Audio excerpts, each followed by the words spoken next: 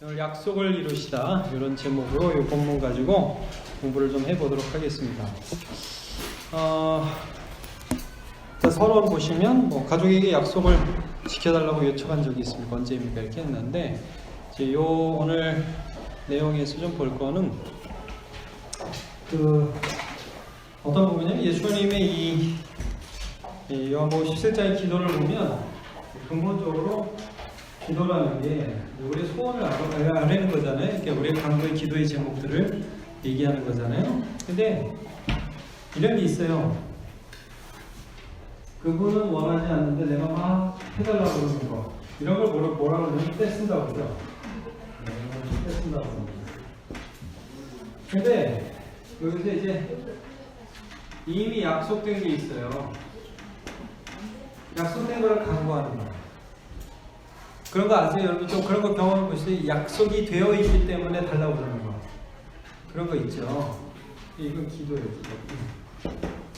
그러니까 이제 예를 들면 이제 이스라엘 백성들이 막 범죄하죠. 금송아지도 만들고 그다음에 12정탐꾼이 갔다가 10정탐꾼이 막 이상하게 보고하고 그래서 하나님이 진노하시잖아요.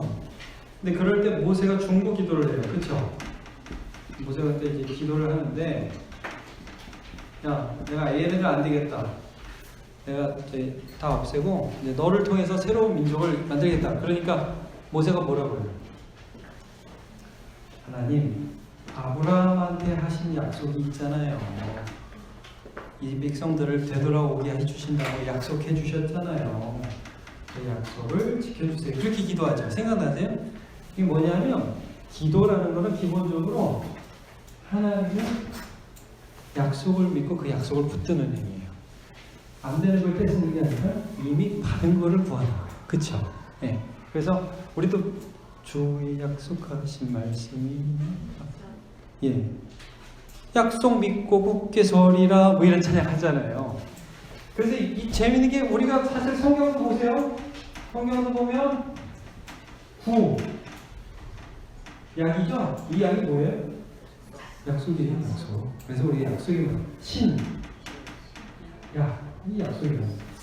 자, 그래서 우리가 이 부분들을 좀 보도록 하겠습니다. 어떤 사람은 신약과 구약이 처방하는 걸 약이라고 해석하더라고요. 그래서 신약을 처방받고 구약을 처방받고 그러는데 재미로 우스갯소리로 하는 겁니다. 네.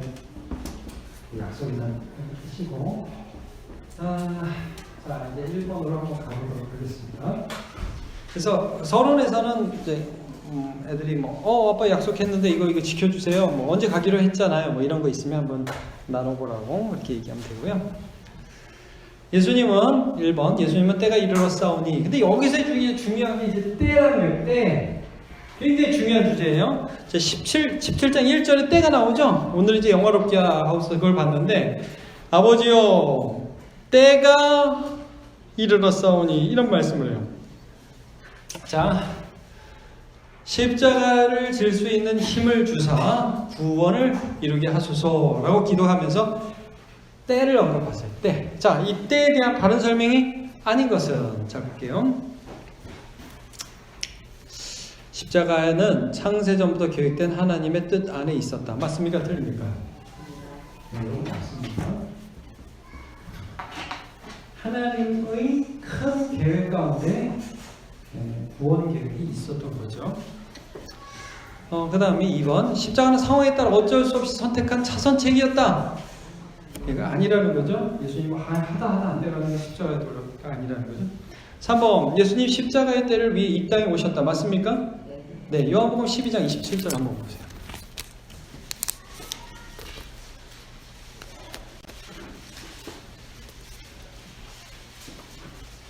요한복음 12장 가면 이제 예수님께서 구체적으로 십자가를 향해서 더 가시는 그런 장면들 말씀이 나오죠. 같이 읽어볼까? 시작. 지금 내 마음이 괴로우니 무슨 말을 하리요?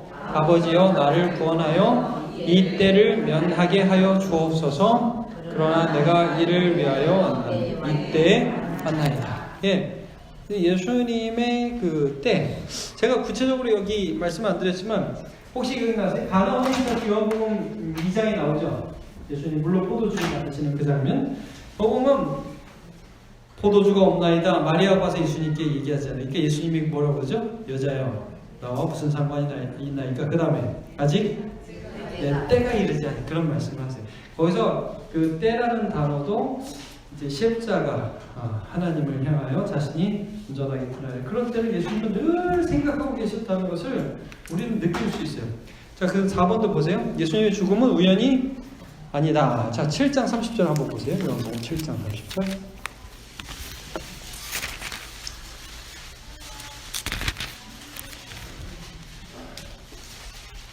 요한복음 7장 30절.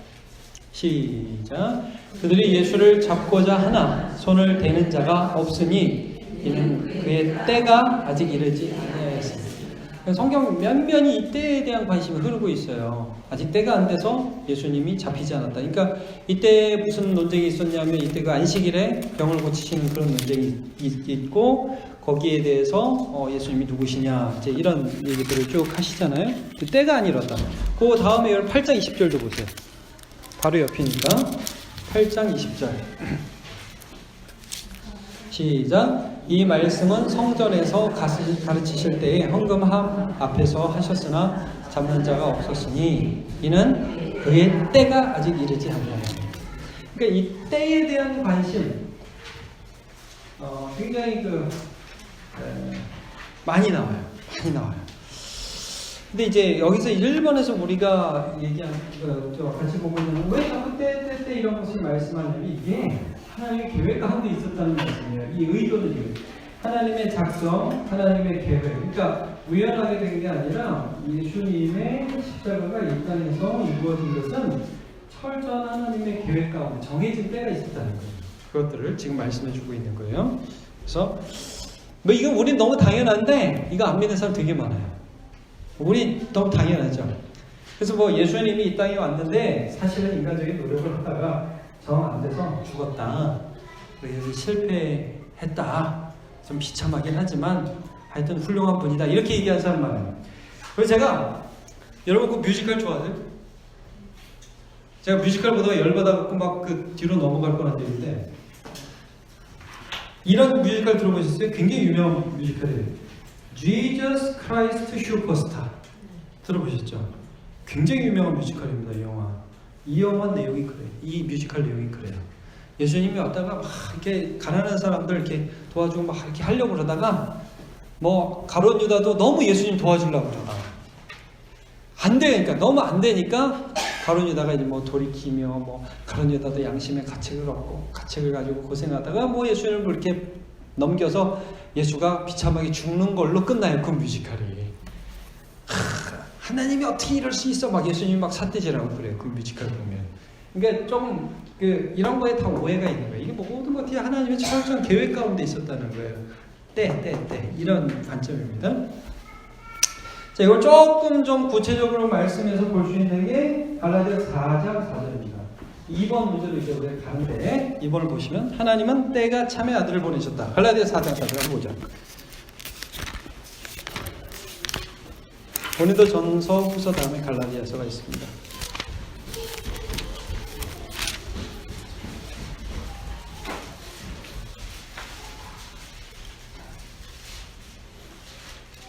자, 갈라디아서 4장 4절을 한번 같이 읽어볼게요.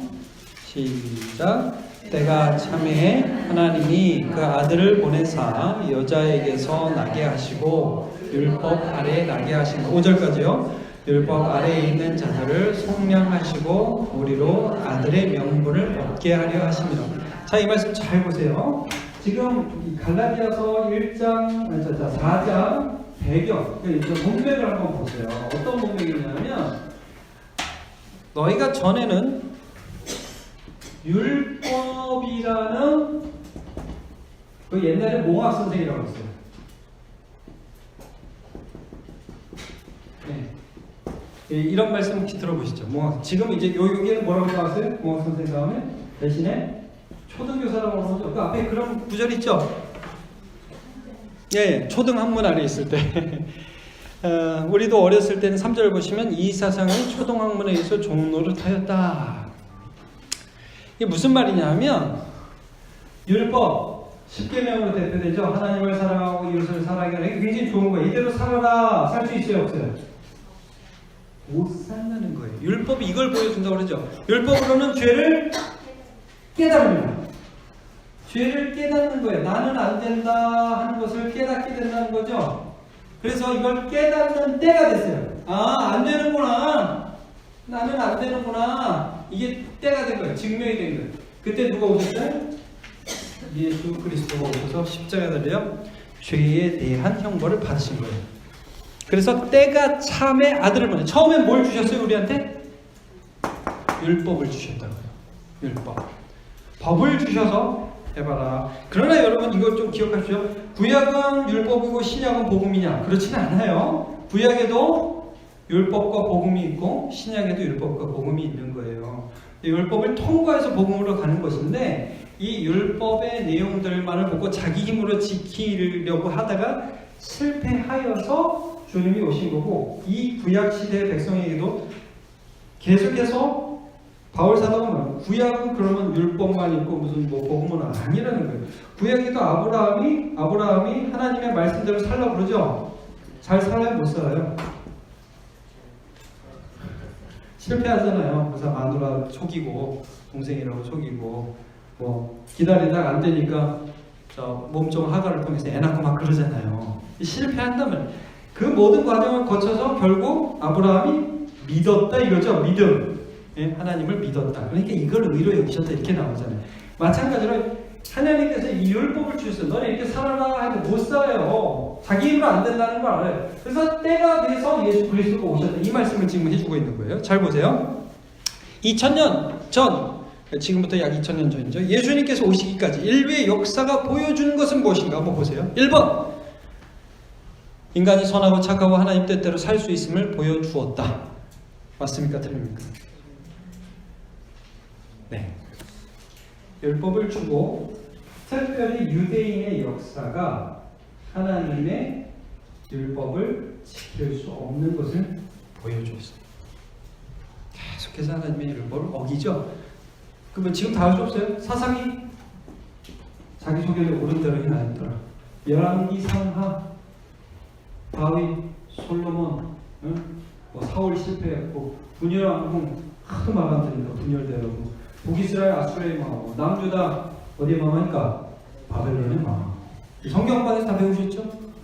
다 망했더라 안 되더라 포로 지지리도 만들었더라 포로에서 귀환했는데 거기서 또 말 들어가지고 막 암흑기가 있는 그 가운데 예수님이 오신 거죠. 그렇죠? 역사가 보여주는 게 인간의 죄인됨을 보여주다. 자, 2번 보세요. 인간의 잔인함, 사회의 타락, 미움과 분쟁 등으로 역사가 절망도 치닫고 있음이 증명되었다. 맞습니까? 네. 3번. 철학, 법, 문화, 기술의 발달이 인류의 유토피아를 건설해 줄 수 있다는 희망이 생겼다. 맞습니까? 예, 아니라는 거예요. 제가 오늘 설명에 약간 언급했지만 철학, 그 당시의 헬라 철학이 굉장히 중흥했어요. 소크라테스, 플라톤, 누굽니까? 소크라테스, 플라톤,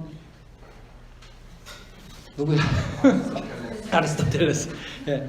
이 사람들이 이미 예수님 오기 전 사람들이거든요. 철학이 굉장히 융성했고, 그다음 뭐 로마가 법 아닙니까? 법, 문화, 헬라에 얼마나 많은 문화들이 있었어요. 기술의 발달. 뭐 그 당시 전기가 있지는 않았지만 그러나 뭐 굉장히 많이 발달했어요. 그래서 사람들이 그거 갖고 죄지었어요. 그 역사가 보여줬습니다. 그러니까 하나님이 율법뿐만 아니라 좋은 모든 것들을 다 해봐라, 잘 되나, 잘 되지 않더라는 거예요. 이제 사실 우리가 지금 20세기를 살고 있는, 21세기를 살고 있는데 우리 그 과학이 굉장히 발달해서 이런 희망들이 있었어요. 막 약도 발전하고 그래서 1900년대 들어가면서 이 세상이 점점 좋아질 거다 그런 희망이 있었고, 제가 정확히는 모르겠는데 교육학 같은 데서도 이런 희망이 있잖아요. 교육학에서 사람을 교육하면 점점 선해질 수 있다. 그런 게 있었어요. 사람을 교육하면 점점 선해질 수 있다. 그래가지고 어떤 것까지 했냐면요. 교육학이 막 발달해서 나중에는 뭐 원숭이가 탁구치기 하고 뭐 이런 거 있잖아요.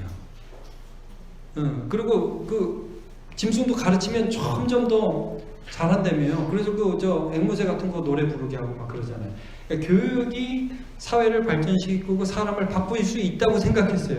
근데 교육이 사람을 바꿀 수 없다는 게, 왜냐하면 이제 서울대를 나오는데 얘들이 사기를 치거든. 똑똑한 애들이 더 사기를 쳐요. 그리고 막 다이너마이트를 만들었어요. 그 처음에 터널 뚫으라고 만든 거잖아요, 그게. 근데 그거 갖고 뭐예요? 그거 전쟁이에요. 그러니까 이게 기술의 발달, 법의 발달, 법을 발달하는데 법을 발달 많이 하는 놈이 더 사기를 치네. 그러니까 이런 현상들이 계속 나타나는 거예요. 자, 그 다음 보겠습니다. 4번. 인간에게는 하나님이 보내신 구원자가 필요함을 절감하게 되었다. 맞습니까? 2번 답이죠. 그렇게 절감하게 돼서 예수님의 길을 준비하러 보내신 분이 누구예요? 예수님의 길을 준비하러 보낸 사람이 세례 요한입니다. 그래서 그들의 마음을 갈고 닦잖아요. 마음을 준비시키잖아요. 나는 1번 보겠습니다. 나는 내게 예수님이 필요하다는 사실 절감합니까? 언제부터 그렇게 되었습니까? 이거 한번 보죠. 예수님이 필요하다고 내가 언제 느끼게 됐지? 우리 구역원들하고 한번 나눠보면 좋겠습니다. 3번. 하나님 역사 가운데 구원자 예수님을 오심을 준비하였고, 창세기 3장 15절. 내가 너로 여자 원수가 되게 하고 여자의 후손은 네 머리를 밟을 거고 너는 그의 발꿈치를 상하게 할 것이다. 그 말씀 기억하시죠? 이미 예수님이 사탄을 밟아 죽일 여자의 후손을 예비하셨죠. 이사야 11장 10절 한번 찾아보죠.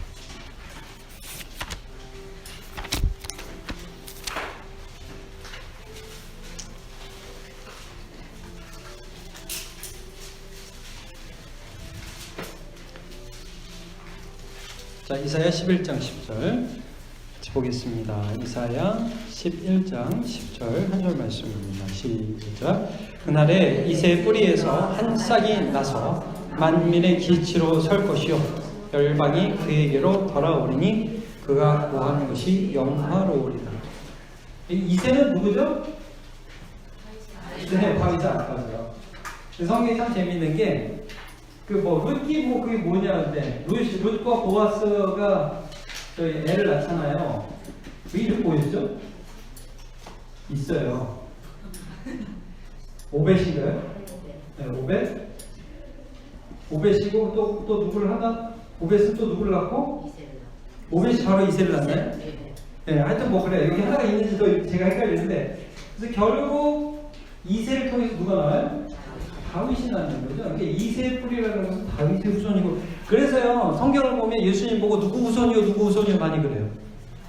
다윗의 후손이요. 그게 뭐냐면 성경이 약속한 메시아라는 뜻이에요.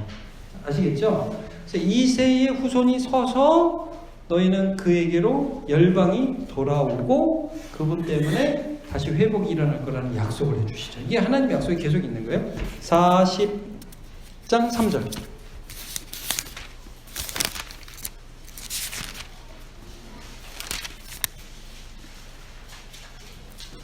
네. 여기서 많이 본 말씀인데, 자, 40장 3절 같이 읽어보죠. 시작. 외치는 자의 소리여 이르되 너희는 광야에서 여호와의 길을 예비하라. 사막에서 우리 하나님의 계로를 평탄하라. 그러니까 주님이 오실 어떤 길을 여호와가 오신다는 거예요. 예수님이 오는 걸 여기서 여호와가 오신다고 그랬어요. 하나님의 길이라고 그랬어요. 그 길을 준비하는 외치는 소리가 있다고 그랬죠. 이게 누구예요? 세례요한. 광야에서 외치는 소리. 세례요한을 가르치죠. 하나님이 이런 일들을 미리 준비하셨고 계획하셨어요. 마침내 그가 오셨습니다. 그래서 마태복음 1장 1절은 어떻게 시작해요?